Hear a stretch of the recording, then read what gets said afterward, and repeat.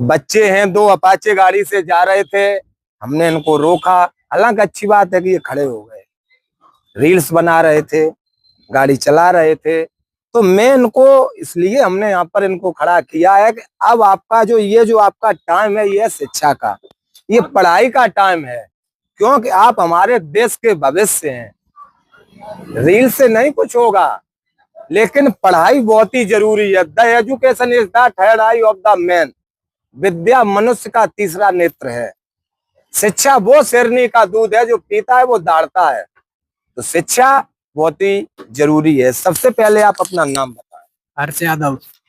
हर्ष यादव जी, आपकी एज क्या है? 16।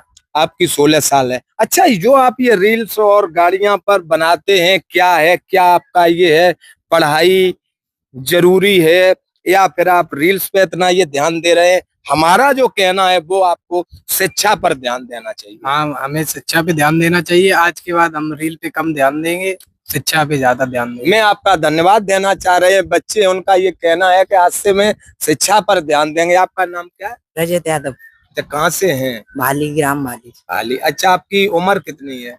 15 साल। 15। इनकी 16। ये 16 और 15 साल के हैं, 1 साल का अंतर है। लेकिन इन लोगों से हमने कहा है, ये बच्चे हैं, इनसे कहा है कि आप रील्स छोड़िए, पढ़ाई पर ध्यान दें। पहली बात तो आपका रील्स में टाइम खराब। हाँ। तो सबसे अगर जरूरी काम है तो आपको शिक्षा। अगर आप रील्स बना रहे हैं, कहीं कोई हादसा हो रहा है, तो आपके चोट आएगी।